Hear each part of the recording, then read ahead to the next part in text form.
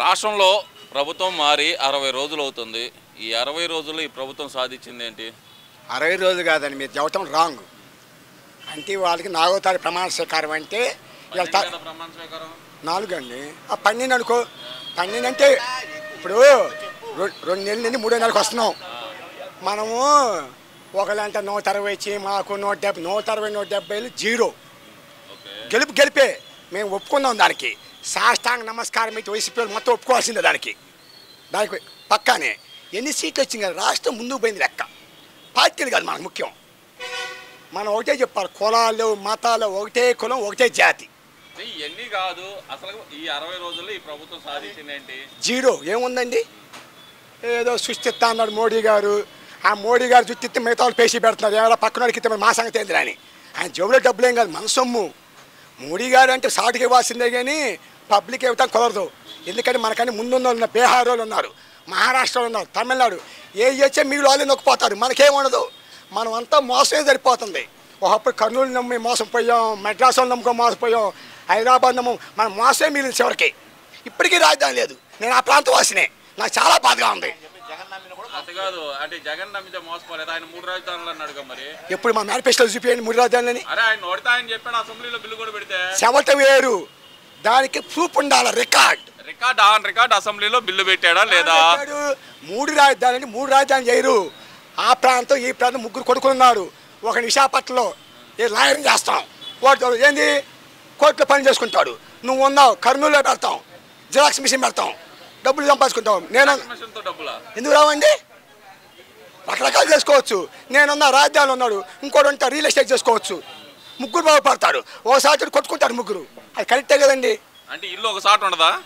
ఒక ఇంటి ఎత్తుంటారు 3 పెళ్ళి అయిన వాళ్ళు. చెప్పండి. అంటే ఇల్లు అనేది ఒక ఇల్లు, రాజధాని అనేది ఒక ఇల్లు అనుకుంటే ఇల్లు వంట రూమ్ ఎక్కడ ఉండిద్ది, బెడ్రూమ్ ఎక్కడ ఉండిద్ది, కిచెన్ ఎక్కడ ఉండిద్ది? వాస్తు ప్రకారం కడతాం కదండి. అది ఎవరికైంది చిన్న ప్రకారం చదువుతాడు. బాత్రూమ్ ఉన్నది, వంటగదిలో ఉన్నది, బెడ్రూమ్ ఉన్నది. ఇల్లు ఒకసారి ఉండకుండా 3 ప్రాంతాల్లో ఉండిద్దా? ఏడు పడిన తర్వాత పిల్లలు గొడవలు లేకుండా ఉండటానికి 3 ప్రాంతాలు పంపించాం బాగుపడమని. మరి బాగుపడిందా? మరి 3 ప్రాంతాలు ఎక్కడ ఇప్పుడు పెళ్ళయింది ఇప్పుడే కదండి, కొద్దిగా కానీ టైం పట్టింది కదా. అంటే ఆయన చెప్పిన దాని ప్రకారం చూస్తే కనుక అప్పుడే అయిపోవాలి కదా మరి 3 రాజధానులు. మరి జగన్మోహన్ రెడ్డి ప్రకారం ఏమండి, ఇప్పుడు 45 సంవత్సరాలు వచ్చింది, మనం చీలిపోయి అన్నారు. ఎప్పుడు బాగుపడుతున్నాం? వెనకొచ్చి 45 సంవత్సరాలు పగలదిన్నాడు. నిన్నగా మొన్న చేయం పగలెత్తామండి చెప్పుకోవటం. మరి అట్లా అంటే కనుక ఈ 60 రోజుల్లో ఏం సాధించలేదు అంటున్నారు. ఉచిత ఇసుక అన్నారు, అలాగే చూస్తే కనుక అన్నా క్యాంటీన్లు ఓపెన్ చేస్తున్నారు, పెన్షన్ పెంచారు, ఇవన్నీ చేశారు కదా, మరి ఏం సాధించలేదని ఎలా చెబుతున్నారు? అంటే ఆగాగు, అన్నా క్యాంటీన్లు పెట్టమని ఎవరు అడిగారు అసలు? 5 రూపాయలు డబ్బు భోజనం, 5 రూపాయలకి ఏమైనా వస్తుందండి? భోజనం పెడితే రోడ్ల మీద గొడవలు చేసుకొని కొట్టుకొని తాగుబోతులు అవుతున్నారు. భోజనం పెట్టి పెట్టమన్నాడు. అందుకే జగన్మోహన్ రెడ్డి ఆపింది. మేము అట్టంట్లా భోజనం పెడతాం, వృద్ధులు పెట్టమను. వయసు కుర్రాళ్ళు భోజనం ఏందండి అడగదంగా అన్న రోడ్ల మీద. వాళ్ళు పని చేయరు. ఎక్కడ వృద్ధులు ఆడ 5 రూపాయలు ఎవడేం తినొచ్చు, ఆ రూల్ ఏం లేదు. లేనోళ్ళు కాలు చేతులు లేని గుడ్డోళ్ళు కుంటోళ్ళు చెవిటోళ్ళు పెట్టి అప్పుడు చేయమను, స్వాగతిస్తాం మేము. ఎవరో రోడ్డు మీద పోయి అడుక్కున్నారు కానీ మొత్తం పెట్టి ఏం పనులు ఎవరు డబ్బు? అది చంద్రబాబు డబ్బా, ప్రజల డబ్బు. ఎవరిని అడిగి పెట్టావు నువ్వు అసలు? అందుకనే జగన్మోహన్ రెడ్డి తీసేశాడా దాన్ని? తీసేసామంట్లా. అది వేస్ట్ పథకం, అది వేస్ట్ పథకం నా లెక్కలో, జగన్ లెక్కలో కాదు. అందుకే పక్కన పెట్టాం. అంటే అందుకనే ఏదైనా సరే తీసేయటం వేరు, పక్కన పెడతాం వేరు. పక్కన పెడతాం అంటే పోస్ట్ పోన్. ఎన్ని సంవత్సరాలు పోస్ట్ పోన్ చేశాడు? ఎన్ని సంవత్సరాలు అంటే ఆయన టైం ఉన్నలా చేస్తారండి, పక్కన టైం మనం చేయలేంగా. సరే, ఇప్పుడు మళ్ళీ ఇంకా చూస్తే కనుక ఈ పథకాలన్నీ అమల్లోకి వస్తున్నాయి. తల్లికి వందనం కూడా రేపు ఆగస్టు 15 నుంచి ఏదో ముసాయిదా బిల్లు వస్తుంది దాని గురించి. మరి పథకాలు అమలు చేయట్లేదని గొడవ చేస్తున్నాడు ఏంది మరి జగన్మోహన్ రెడ్డి? మొన్న ఆయన చెప్పాడు, అయ్యన్న పాత్ర చెప్పాడు కదండి. ఆయన అన్నాడు నీ 15 అమ్మ తల్లి నువ్వా 18,000, ఆ తాతయ్య నీకు 4,000. ఎన్ని అంటే 4,000 రావట్లేదా? 68,000 చెప్పాడు, రూపాయి రాలా. 4,000 రావట్లేదు. 4,000 వచ్చేది అంతమంది మేము ఇచ్చింది 3,000 పెంచాను. 4 ఎందుకు ఇచ్చావు? మీరు ఎంత కాలం తీసుకున్నారు? ఏమండి, చిన్నపిల్లగాడప్పుడు డ్రైర్ వేసుకుంటాం, పెద్దవాళ్ళప్పుడు ప్యాంట్ వేసుకుంటాం. డ్రైర్ వేసుకుంటావు ఇప్పుడు నువ్వు. అలా 3,000 అప్పుడు 3,000 పెంచడానికి ఎన్ని సంవత్సరాలు పట్టింది మీకు? విడతల వారుగా అని చెప్పాం. ఫస్ట్లో 3,000 ఇస్తాను మరి వాటనే. ఏడు చూస్తే ఉంది, చంద్రబాబు చెప్పించాడు మాకు. మరి ఇప్పుడు జగన్మోహన్ రెడ్డి ఏమి ఇచ్చెళ్ళాడు? 7,000 కోట్లు ఇచ్చాం. దాంట్లో దిగిపోయేటప్పటికి 7,000 కోట్లు డబ్బులు ఇచ్చిపోయాం మేము. అప్పు ఇలా 11,74,000 కోట్లు అప్పు ఇచ్చి వెళ్ళారని చెప్పి ఆ శ్వేతపత్రమే వచ్చింది బయటికి. శ్వేతపత్రాలు వాతపత్రాలు మాకు తెలియదు, అవన్నీ దొంగ పత్రాలు. పత్రాలు మేము ఇచ్చాడు, రికార్డు చెప్పింది. ఏ రికార్డు చెప్పింది? పబ్లిక్ లైవ్లో 700 కోట్లు 7,000 కోట్లు ఇచ్చామని చెప్పి జగన్ తీటప్పుడు చెప్పాడు. జగన్ చెప్పాడా? జగన్ కాదు, ప్రభుత్వ అధికారులు. మేము ఉన్నప్పుడు చంద్రబాబు ఇచ్చి 100 కోట్లు ఇచ్చాడు మాకు. అంటే 7,000 కోట్లు 2 రెట్లు పిచ్చి ఇచ్చామని డబ్బు. అంటే ఇక్కడ మరి చంద్రబాబు నాయుడు దిగిపోయే టయానికి బ్యాంకుల్లో రైతు రుణమాఫీ కింద 2,800 కోట్లు అట్టి పెట్టారు. అలాగే తెలంగాణ నుంచి రావాల్సిన బకాయిలు, కేంద్రం నుంచి రావాల్సిన పోలవరం బకాయిలు 8,000 కోట్లు రిటర్న్ వచ్చినాయి. మరి ఇవన్నీ ఏం చేశాడు? ఏం చేసి రికార్డు చూసుకోమండి. ప్రతి పరిసర రికార్డు ఉంది. అవినీతి చెయ్యం, మాట తప్పం, మరేం తెప్పం. మేము చేసేది ఏంది? జనం కోసం సీఎం పదవి. నేను ఇవాళ కూడా చూస్తున్నా, మా నాయకుడు సీఎం పదవి రాజీనామా ఎన్ని పోస్టు సమాసం, ఒక వెంట్రుతో సమానం. నాకైతే జనాలందరూ కలిసి ఆ వెంట్రుకను పీకారు అనుకోవచ్చు అంటారా? ఎవరు పుల్ని పీకుతారు ఎవరైనా? ఆయన భయం ఉంది అసలు నిద్రలో కూడా. సరే, ఆయనకు భయం లేదన్నప్పుడు నాకు సీఎం స్థాయి సెక్యూరిటీ కావాలని ఎందుకు అడుగుతున్నాడు? మరి సెక్యూరిటీ అంటే ఇప్పుడు మనందరం నాయకుడండి, దేవుడి గుళ్ళో పోతాం. సెక్యూరిటీ ఎందుకు పెడుతున్నారు? ఒత్తిడి తగలకూడదు. మా దేవుడు దెబ్బలు వెళ్తే ఓ రాజు దెబ్బలు తగలకూడదు, అందుకే సెక్యూరిటీ. ఆయన ఎట్లా మేము అడుగుతున్నాం సెక్యూరిటీ పెంచమని. మేము చెప్పాం రెడ్డి గారు సెక్యూరిటీ పెంచుకోండి సీఎం గారు మేము చెప్పాం. ఆయన ఎప్పుడు అలా మా ప్రైవేట్ సెక్యూరిటీ ఉంది. మా నాయకుడికి ఇబ్బంది లేకుండా ప్రభుత్వం సరిలేదు, రాష్ట్రపతి పాలన పెట్టమని అడుగుతాం. తప్పే ఉందని అంట. పరిపాలన సరిలేదు అడిగారు, తప్పే ఉంది అంట. ఏం తెలిసేది ఏంది? పిల్లగా పట్టిన అబ్బా అమ్మాయి తెలియదా మనకి? ఆడ మగ మనిషిగా గొడ్డు పడతారా? ఇప్పుడు అమ్మాయి పుట్టి లేదా అబ్బాయి పడుతుంది, ఎవరికేం తెలుసు? 60 రోజులు ఏం చెప్పాడు? తొలి సంతకం, మలి సంతకం, ఒలి సంతకం. సంతకాలు దేనికి? ఏ ఫ్రీ బస్సులు అయ్యి తల్లి ఎప్పుడు చెబుతారే? ఇందాక మీరు అన్నారు కదా పెళ్ళవంగానే పిల్లలు పుడతారా అని. ప్రభుత్వం అధికారంలోకి రాగానే పథకాలన్నీ అమలు అవుతాయా? ఆ రోజు ఏం చెప్పాడు?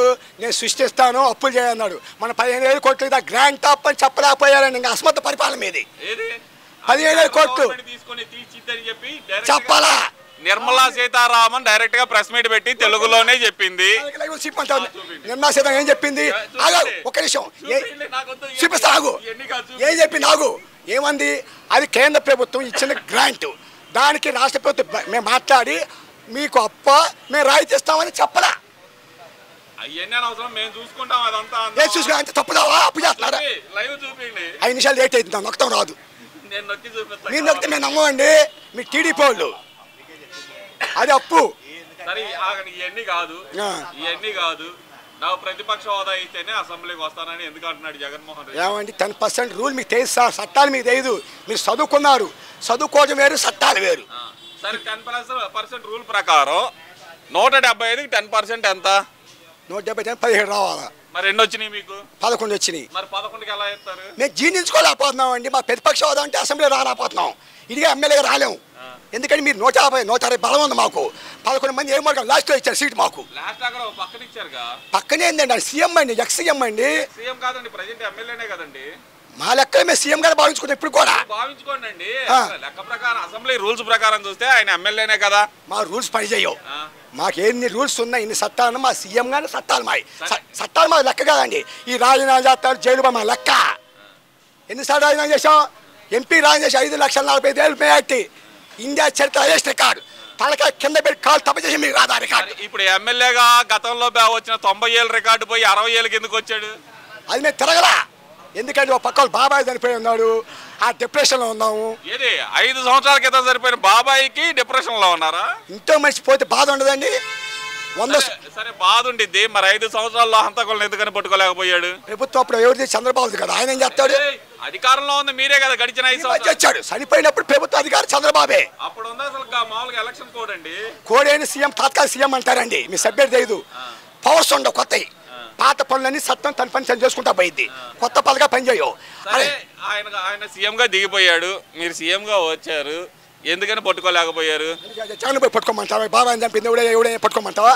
చట్టం తన పని తను చేసుకుంటా పోయింది అన్నాడు. చట్టం తన పని తను చేసుకుంటా పోవటానికి మరి కోర్టు కాడికి ఏది హాస్పిటల్ దగ్గరికి వచ్చి నోటీస్ ఇవ్వడానికి వెళ్తేనే 3,000 మందిని అడ్డం పెట్టుకుని ఎందుకని ఆపాడు?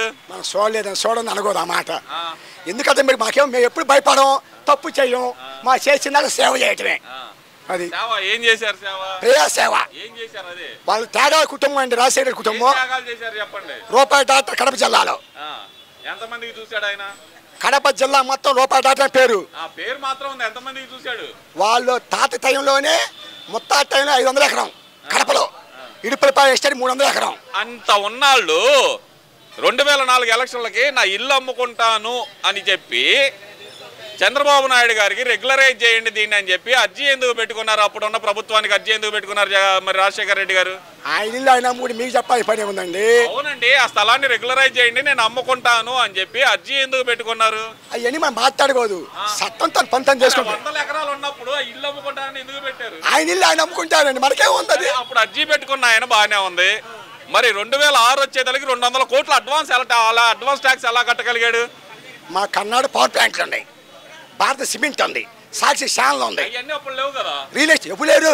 రాజశేఖర గవర్నమెంట్లో రాముందే మాకు ఇది ఉంది, సాక్షి పేపర్ లేదు, ఛానల్ లేదు. అప్పటికే పవర్ ప్లాంట్లు ఉన్నాయి, భారత షేర్లు ఉంది, సిమెంట్ ఫ్యాక్టరీలు ఉన్నాయి. సరే, సిమెంట్ ఫ్యాక్టరీలు ఇవన్నీ ఉంటే రియల్ ఎస్టేట్ ఉంది, మరి ఇల్లు అమ్ముకుంటారని ఎందుకు అడిగాడు? ఇల్లు అంటే వాస్తురీత్యా బాగలేదు, ఇంకోసారి కొనుక్కుందాం అనుకున్నాడు. ప్రజెంట్ అదే ఇంట్లో ఉంటున్నాడుగా. మరి తను మార్చుకోవచ్చు, పిల్లగాడు వద్దంటే మార్చుకుంటాను నాకు తెలిసి అనుకున్నా. అది అమ్ముకుందాం అనుకున్నా, ఇంట్లో కుటుంబ సభ్యులు ఒప్పుకోవాలిగా. ఇప్పుడు సీఎం అండి అమ్ముదాం అబ్బాయి చెప్పుకుంటే వద్దులేనానంటే ఆపండి, తప్పే ఉంది. సరే, ఇవన్నీ కాదు, 2029లో తిరిగి వస్తాను, తెలుగుదేశం కార్యకర్తలను ఎవరిని తిరగకుండా చేస్తాను అంటున్నాడు జగన్మోహన్ రెడ్డి. మరి జరిగే పనేనా? ఏ రోజు అసలు మాటలు మాట్లాడడం. మొన్న కూడా అన్నాడు కదా. ఆయన ఏమన్నాను, వైసీపీ కార్యకర్తలు బెదరొద్దు, చెరరొద్దు, నేనున్నాను, మీకే ఇబ్బంది 2029 మళ్ళీ ఇచ్చి మనమే, మీరు ధైర్యంగా ఉండండి, అదోరి పడొద్దని చెప్పాడు. 2029 మేము వస్తామని చెప్పి ధైర్యంగా చెప్పిన జగన్మోహన్ రెడ్డి అసెంబ్లీకి ఎందుకు రాడు అని ప్రజలు అడుగుతున్నారు. అసెంబ్లీ రావటం అంటే వస్తానికి కొద్ది మనసు అప్పట్ల. ఎందుకంటే ఇప్పుడు నేనే ఉన్నా అండి, నాకు 100 కోట్ల ఆస్తి ఉంది, ఇవాళ 2 కోట్లకు వచ్చా, ఎలా పడిపోతా, మనిషి ధైర్యం పడిపోయింది. సరే, ఇదంతా ఒక ఎత్తు అయితే కనుక ప్రెస్ ముందలకు వచ్చి ఎగబడే వల్లభనేని వంశీ కానీ కొడాలి నాని కానీ వీళ్ళందరూ పారిపోయే పరిస్థితి ఎందుకు వచ్చిందంటారు? ఎక్కడికి పారిపోయారండి? ఎల్ఎం మీడియా చెప్పింది పారిపోయారని. వాళ్ళు ఏం తప్పు చేశారు పారిపోయి? ఎవరు పారిపోయారండి? ఇవన్నీ కక్ష సాధింపు చర్యలు ఉండకూడదు. ఒకటే చెప్పారు జగన్, ఎవరు కక్ష సాధింపు చర్యలు చేయొద్దు. ఇవాళ మీరు చేస్తే రేపు వాళ్ళు చేస్తారండి. పరిపాలన చేసుకోండి, తప్పలేదు. ఆ పార్టీగా దీపారు, ఎవరే పరిపాలన చేయమని చేశాడు. పరిపాలన మరి సక్రమంగా జగన్మోహన్ బ్రహ్మాండంగా చేశాడు. బ్రహ్మాండంగా చేస్తే 11 ఎందుకు వచ్చినాయి? 11 అంటే ఓసారి దెబ్బ కొడదామని చేసి ఉంటారు, కానీ రెడ్డి గారు తప్పేం చేయలేదు నాకు తెలిసి. ఆయనే తప్పు చేశాడని పాపం. ఆయన ఎప్పుడు పోయినా, బెంగళూరు పోయినా తన సొంత ఫ్లైట్, అమెరికా పోయినా తన ప్రజల సొమ్ము రూపాయి ముట్టుకోవాలి. ఏకైక సీఎం ఆయన జగన్మోహన్ రెడ్డి. నేనేం చెప్పి తప్పు? సొంత సొమ్ముతో పోయామండి, మీరైతే ఏం చేస్తారు? ప్రభుత్వ ధనం 11 కోట్లు బాబాయ్. లండన్ టూర్కి పోతే జనాన్ని తెచ్చిపోయాడు, జనాన్ని తెచ్చిపోతారండి, వాళ్ళు డబ్బుతో తెచ్చిపోరు. 2029 వస్తా అన్న ఆయన అసెంబ్లీకి ఎందుకు రాడు? దానికి ఒక్కదానికి సమాధానం చెప్పండి. మాకు భయం కాదండి, 190 మంది సింగిల్గా సమాధానం చెబుతాం మేము. రావచ్చు కదా, మా ఇష్టం అండి, అది మా ఇష్టం. అంటే నువ్వు చెప్పేది మేము రావాలి అండి. మేము టీడీపీ పార్టీ కాదు, వైసీపీ పార్టీ. అంటే మా పార్టీ ప్రకారం మేము నడుస్తాం, మీరు చెప్పేది మేము నడతాను మేము కాదు. ఆయన గాజులు కట్టుకోవాలి చేతికి, మా ఇష్టం వస్తాం. నువ్వు చెప్పేది రమ్మని అని నువ్వు చెప్తే రమ్మంటే మేమేనా రోడ్డు మీద తిరిగి వాళ్ళమా? ఏమండి, ఆయన ఎక్స్-సీఎం, రేపు ప్రధానమంత్రి రేసులో ఉన్నాడు అవసరం అయితే. రేపు ఇండియా కూడా మొత్తం కలుస్తాం. అంటే ఇక్కడ నాకు అర్థం కాదు ఏంటంటే ఎమ్మెల్యే ప్రధాని కాదనుకుంటా, ఎంపీ కావాలనుకుంటా. ఏమండి, నేను అందేంది ప్రధానమంత్రి రేసులో ఉన్నానని, నేను ఉన్నానని చోట్ల 200 ఎంపీలు మద్దతు ఇచ్చారు ఢిల్లీలో జంతర్ మంతర్ దగ్గర. ప్రధాన రేసు సీఎం జగన్ యువకుడు, ముసోళ్ళు పెడితే ఏమో సంగతి అయిపోదాం. 70 సంవత్సరాలు పెడితే నాలంటోళ్ళు 50 సంవత్సరాలు యువకుడు కావాలా? ముసోళ్ళని పెడితే రాజధాని లేదు మనకి, సిగ్గుండాలా? పక్కన కేటీఆర్ అవుతున్నారు, రాజధాని లేదని మనకి. మరి అదే మాట నేను అడుగుతున్నా అండి. మరి 5 సంవత్సరాలు ఏం చేశాడండి అని అడుగుతున్నా. రాజధాని లేదంటున్నారు, 3 రాజధానులు అన్నాడు. 3 రాజధానులు ఒకటైనా పూర్తి చేశాడా? 3 రాజధానులు మేము ఎప్పుడు చెప్పలేదండి. 3 ప్రాంతాలు డెవలప్మెంట్ మీరు 100 రోజులు పుకారు పుట్టించారు. 3 రాజధానులు అంటే అటు పక్క విశాఖపట్నం, మనకి రాష్ట్రంలో పెద్ద సిటీ ఏది? అది కూడా తెలుసండి మీకు. ఎంతసేపు బురసాలతో తప్పితే ఎల్లో మీడియా పడి పెద్ద సిటీ ఏది ఏపీలో? ఏది? విశాఖపట్నం. ఇక్కడేమో ఉంది, అమరావతిలో శ్మశానాలు ఉన్నాయి.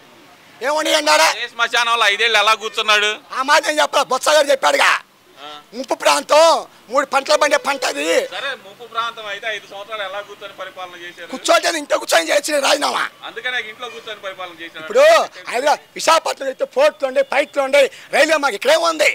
ఊరి కృష్ణానది ఉంది, నది ఉంటే సరిపోయిందా డెవలప్మెంట్ ఏది? డెవలప్మెంట్ 5 సంవత్సరాలు మీరు డెవలప్ చేయాలి. అరే, నిన్న 1 వర్షం పడితే మొత్తం మునిగిపోయింది రాజధాని. ఎక్కడ రాజధాని మునిగిందా? అంటే మునగాలి, మొత్తం పైకి పోవాలి నీళ్ళు. అర్థం ఉందా? ఎక్కడ మునిగింది? నది పక్కన ఎందుకు కట్టాలి అసలు? 50 కిలోమీటర్లు అవుతుంది కదా మనం. నదికి ఎప్పుడైనా వరదలు వచ్చేప్పుడు ముంపు ప్రాంతాలు ఉండకూడదు. తుఫాన్ వస్తే మరి నడిబొట్లో కడతామండి. విశాఖపట్నం నడిపట్లో కడతాం, అవసరం గవర్నమెంట్ ల్యాండ్ తీసుకుంటాం, అంతేగాని ఎక్కడ కడ మన తెలుగు కళలో అయితే 40 సంవత్సరాల ఇండస్ట్రీ అనకూడదు. నేను చేసింది చెప్పకూడదు, గొప్ప ప్రజలు నమ్మాలా. ప్రజలు నమ్మలేదంటారు ఇప్పుడు, నమ్మకుండా నేను 40 ఏళ్ళు చేశాను, ఐటీ కట్టాను. సరే ఇదిగో 164 ఇచ్చారంటారా ప్రజలు నమ్మకుండానే? 194 ఇచ్చే ఉపయోగం ఉందండి. బాబా నేను బయలా, ఎవడో పోసాడు, నేను బయలు అసలు. మనం గుర్తుంచుకో, 190 170 కాదు, మనం చేసే పరిపాలన బట్టి ఓట్లేస్తాడు. అది ఓకే.